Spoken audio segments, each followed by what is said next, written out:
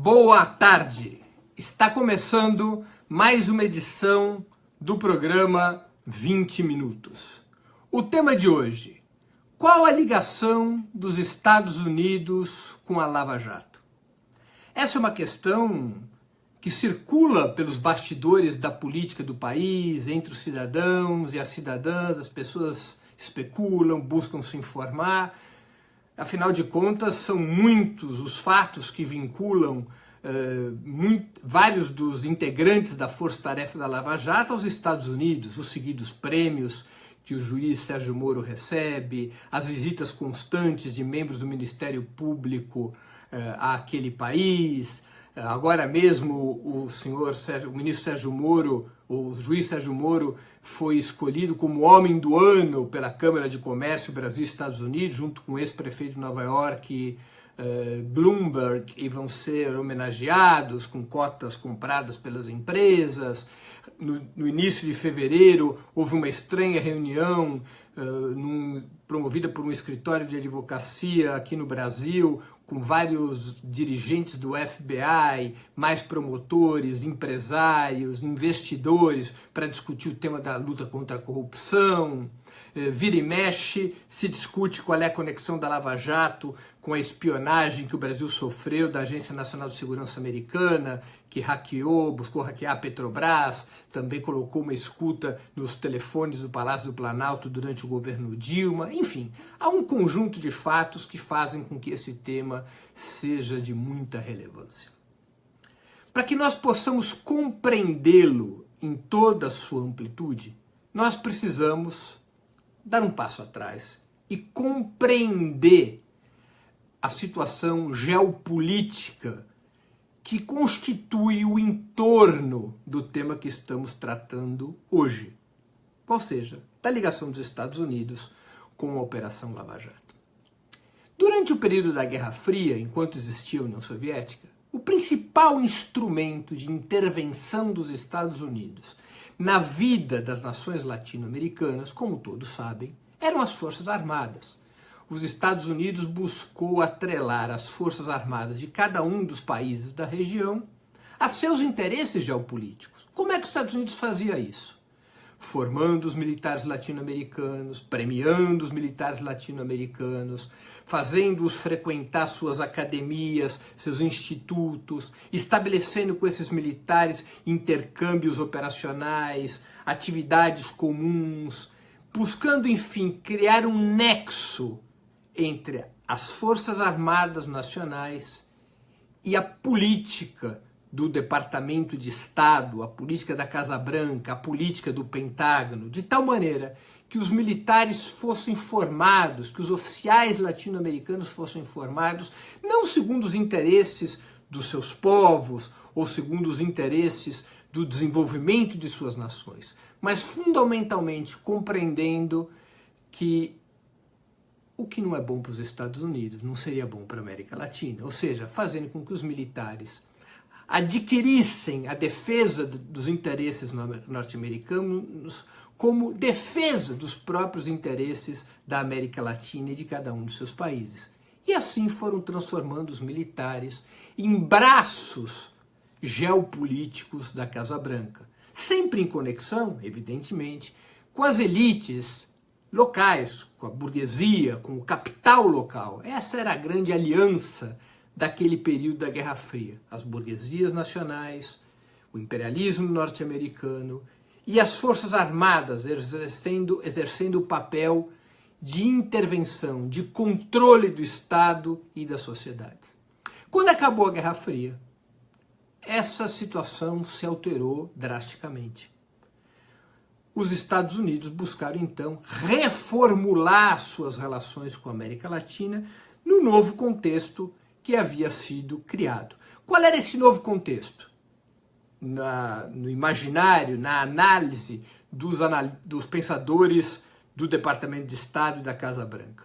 Um mundo unipolar, no qual os Estados Unidos exerciam ou deveriam exercer uma hegemonia inconteste, e no qual os Estados Unidos necessitavam colocar sob seu guarda-chuva, sob seu comando, o conjunto dos estados e das sociedades das regiões nas quais exercia essa sua hegemonia, em particular a América Latina, sem levar a situações de confrontação aberta, como era típico dos períodos da ditadura. Os Estados Unidos, a partir do final dos anos 70 já, e durante os anos 80 e durante os anos 90, vai estimulando um certo tipo de democratização das sociedades latino-americanas, que consistia em afastar os militares do centro da vida política, construir modelos democráticos baseados no ideário liberal, voltar a ter liberdade partidária, liberdade de imprensa, eleições, enfim, de tal maneira que essas sociedades pudessem se normalizar, reduzir o seu grau de tensão. Evidentemente que numa situação como essa, não poderiam mais ser os militares a desempenhar o papel chave de instrumento do imperialismo norte-americano. Um outro instrumento deveria ser criado. O que fazem os Estados Unidos a partir dos anos 80 e essas medidas são incrementadas nos anos 90? Os Estados Unidos vão substituindo as forças armadas pelo sistema de justiça de cada um dos países. Sistema de justiça quer dizer promotores, juízes, policiais federais. As verbas dos Estados Unidos se deslocam paulatinamente para formar promotores, juízes e policiais, para levá-los às academias e institutos norte-americanos, para estabelecer nexo direto dos Estados Unidos com os diversos aparatos que constituem os sistemas de justiça dos países, criando um vínculo direto, que antes não havia ou era débil, entre estes sistemas internos dos Estados nacionais, e isso inclui o Brasil, com a geopolítica norte-americana. Por que isso era fundamental para os Estados Unidos? Por 3 razões fundamentais. Primeiro, o combate político-ideológico às organizações progressistas e a possibilidade da esquerda ter governo na América Latina. Se isso viesse a acontecer, era fundamental que o sistema de justiça não estivesse sob o controle de governos progressistas, de tal sorte que houvesse uma barreira contra o avanço das forças populares na hegemonia do Estado. Pelo voto, as forças populares poderiam poderiam conquistar a presidência da República e até mesmo a maioria parlamentar. Mas o sistema de justiça deveria ficar impermeável à influência progressista, de tal sorte que pudesse servir como uma barreira ao avanço dessas correntes. O segundo motivo, os Estados Unidos tinham graves problemas internos com drogas e precisavam transferir para os estados latino-americanos o combate à produção e à venda de drogas para o mercado norte-americano. Isso virou uma grande chaga nos Estados Unidos. Ao invés de reprimir diretamente, ainda que mantivesse uma posição de repressão direta, os Estados Unidos tinham que incentivar o sistema de justiça dos países latino-americanos, inclusive suas próprias forças armadas, a funcionar como polícia antidroga. Terceiro, os Estados Unidos precisavam de instrumentos para defender os interesses das suas corporações nacionais, que disputavam terreno com corporações locais, com corporações de outros países, especialmente a partir da ascensão econômica da China. Ter o controle do sistema de justiça é ter o controle das disputas comerciais e econômicas locais. Essa estratégia esteve claramente estabelecida na primeira Cúpula das Américas, que se realiza em 1994 em Miami, no final de 1994. Além do acordo econômico, que é o acordo econômico que propõe a criação da ALCA, da Área de Livre Comércio das Américas, o documento final dessa conferência de cúpula defende a internacionalização do combate ao terrorismo, do combate às drogas e do combate à corrupção, estabelecendo claramente um caminho pelo qual os sistemas nacionais de justiça se integrariam entre si, leia-se, se integrariam ao poderosíssimo sistema de justiça norte-americano, aumentando em muito, de um lado, a formação e instrução de integrantes do sistema de justiça pelos Estados Unidos e, do outro lado, abrindo as fronteiras dos Estados nacionais para o estabelecimento formal de escritórios do Departamento Antidrogas dos Estados Unidos, o DEA, do FBI, que é a Polícia Federal Norte-Americana, da CIA, que é o Serviço de Inteligência dos Estados Unidos. As fronteiras dos Estados nacionais se abririam para essas agências do sistema de segurança norte-americano, do sistema de inteligência e segurança dos Estados Unidos, e essas agências passariam a ter liberdade de intervir, de fazer acordos, de financiar, de orientar, de estabelecer convênios com os sistemas locais de segurança. Isso está explícito no documento da primeira cúpula das Américas. Lembrem-se que a ALCA tinha um elemento fundamental. Qual era esse elemento?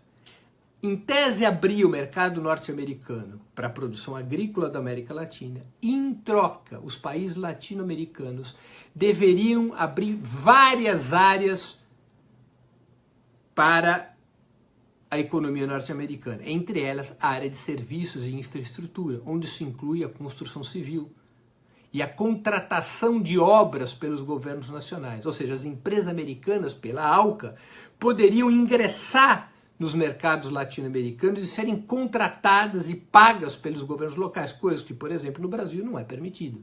As obras públicas no Brasil têm que ser feitas por empresas brasileiras. Isso inclui não só a infraestrutura do país, mas todas as obras relacionadas, por exemplo, à cadeia de óleo e gás. Lembrem-se disso. A ALCA enterrada em Mar del Plata em 2005, quando os governos progressistas eleitos no início do século XXI enterram esse projeto neocolonial dos Estados Unidos.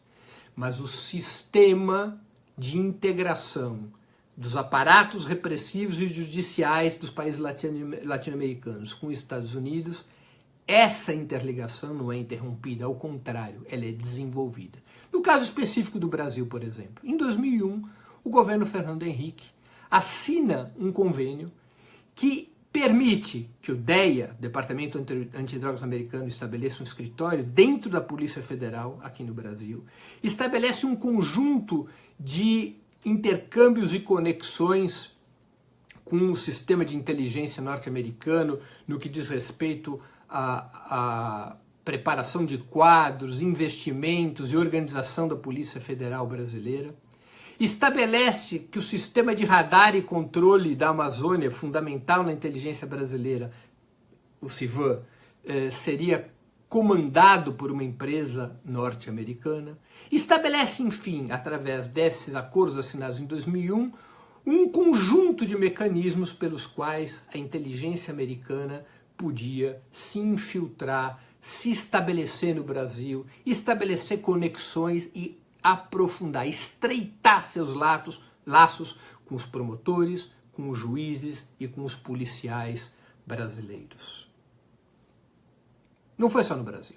Na Bolívia, por exemplo, também foi estabelecido isso antes da ascensão do governo Evo Morales. O governo Evo Morales, em 2009, para citar um exemplo, quando descobre que metade dos funcionários do DEA na Bolívia eram agentes da CIA, que se disfarçavam de agentes antidrogas para poder ingressar no país, não com o papel fundamental de espionar a Bolívia, mas de poder preparar a polícia boliviana, estabelecer laços, convênios, troca de informações, enfim, uma conexão com a polícia boliviana. Quando o governo Evo Morales percebe isso, ele expulsa a DEA da Bolívia. Expulsa!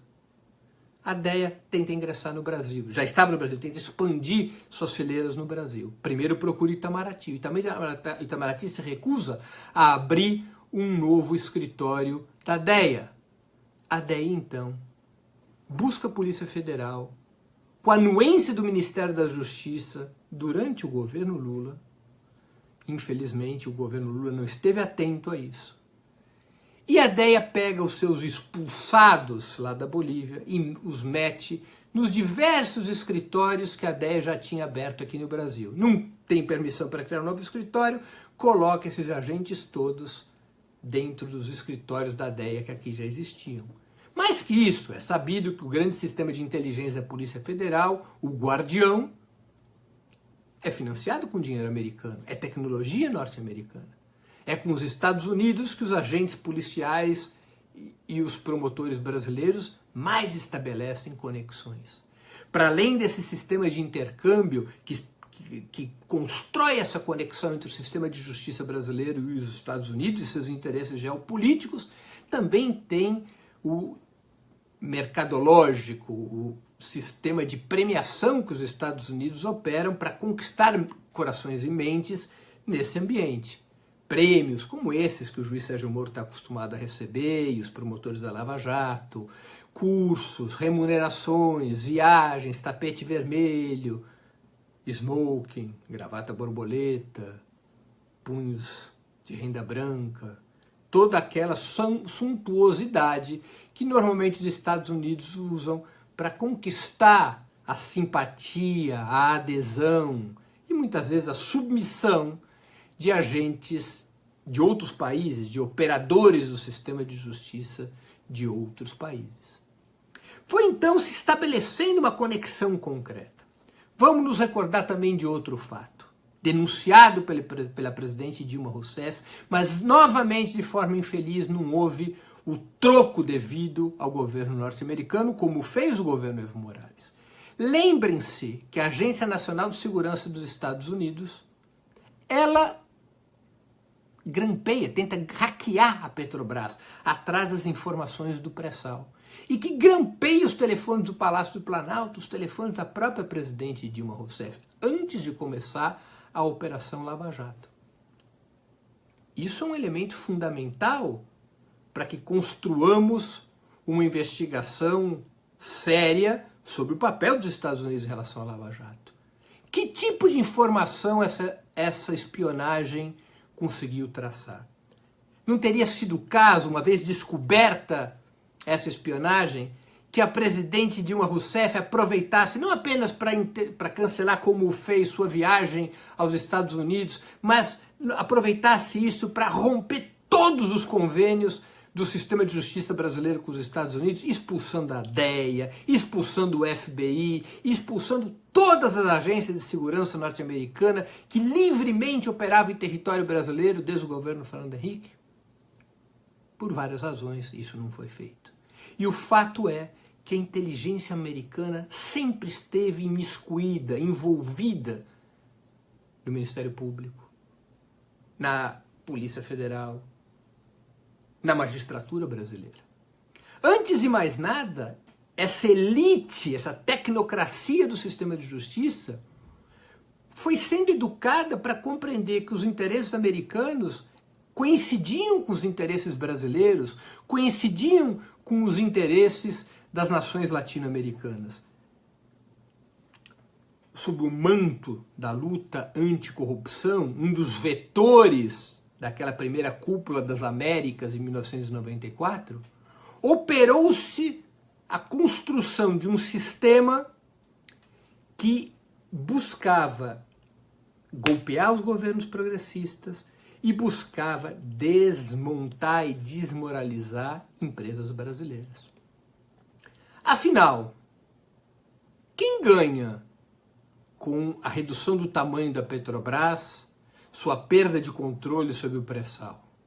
Quem ganha com o esfacelamento das empresas brasileiras que haviam adquirido importância internacional, especialmente as empresas de engenharia? As empresas brasileiras não apenas dominavam o mercado interno, como eram protagonistas na África e chegavam a conquistar contratos dentro dos próprios Estados Unidos. Quem ganha com o esfacelamento dessas empresas? Quem ocupará o lugar dessas empresas? Em parte podem ser chineses e russos, mas isso não abriu espaço também para que as empresas americanas começassem a vislumbrar um caminho do seu próprio fortalecimento, aquele fortalecimento que não conseguiram quando a Alca foi enterrada em Mar del Plata, mas que com o desmoronamento das empresas brasileiras através da luta contra a corrupção esse espaço passa a existir? Há motivos suficientes para que afirmemos que os Estados Unidos têm importantes interesses na Operação Lava Jato. Vamos também nos recordar uma outra coisa, para entender como funcionam os Estados Unidos. Há alguns anos foi aprovada nos Estados Unidos uma lei que permite julgar e condenar em território norte-americano empresas estrangeiras que eventualmente tenham cometido crimes de corrupção em outros países, mas se elas tiverem operado com dólar, operado através de bancos americanos ou tendo ações nos Estados Unidos, qualquer coisa que as vincule aos Estados Unidos, mesmo que elas sejam empresa estrangeira e que elas tenham cometido os crimes fora dos Estados Unidos, essas empresas podem ser processadas, empresas e cidadãos podem ser processados dentro dos Estados Unidos. Essa lei caracteriza claramente essa maneira pela qual os Estados Unidos operam os sistemas de justiça na América Latina, transformando-os em pontas de lança dos seus interesses geopolíticos, ideológicos e comerciais. Portanto, a suspeita de que os Estados Unidos têm muitíssimo interesse na Lava Jato, para além dos prêmios que recebem os juízes da Lava Jato, os promotores da Lava Jato, os policiais da Lava Jato, nós devemos detectar na própria institucionalidade pós-Guerra Fria as pistas que levam à atual natureza da intervenção norte-americana na América Latina. Repito, com a substituição dos militares pelo sistema de justiça como braço de intervenção local. Os Estados Unidos, jamais a gente vai ouvir falar de crimes de corrupção condenados nos Estados Unidos, de empresas americanas condenadas nos Estados Unidos. Alguém conhece algum banqueiro preso depois da quebra de 2008, quando milhões de poupadores foram sacrificados pelas operações ilegais e irregulares dos bancos americanos? Ao contrário, o governo norte-americano encheu esses bancos de dinheiro. Os Estados Unidos têm legalizado aquilo que no Brasil daquilo que no Brasil é considerado, e a lei considera mesmo, crime de corrupção. Essa história de empresas pagarem campanhas de políticos e em troca receberem favores, aqui é considerado, muitas vezes com exagero, corrupção passiva. Nos Estados Unidos é legalizado. É a chamada lei do lobby. Essa lei do lobby permite, por exemplo, a existência dos super PACs, que é a chance dessas empresas construírem programas de difusão, de defesa dos seus interesses e pagarem políticos, pagarem as campanhas de políticos para defenderem esses objetivos. Nos Estados Unidos, portanto, não vai se ver nenhuma campanha contra a corrupção. Os Estados Unidos defendem um programa de luta contra a corrupção nos outros países, porque isso tem um papel, isso é o guarda-chuva de uma estratégia que permite aos sistemas de justiça cumprir a dupla tarefa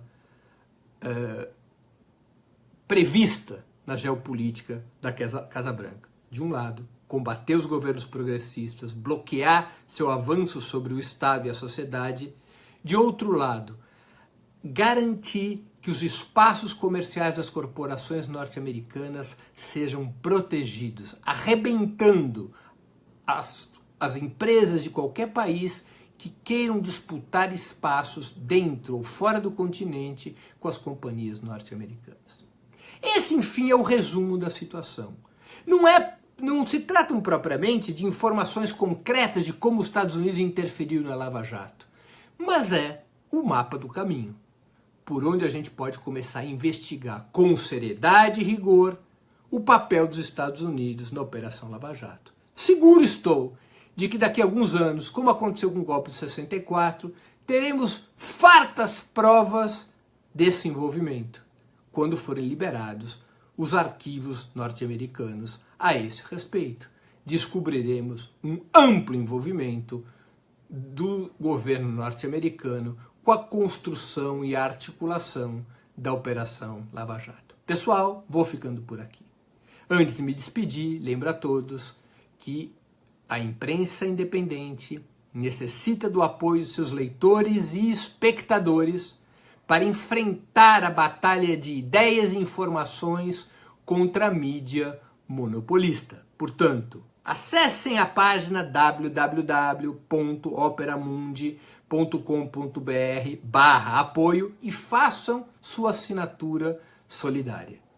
Até a próxima sexta-feira. Boa tarde.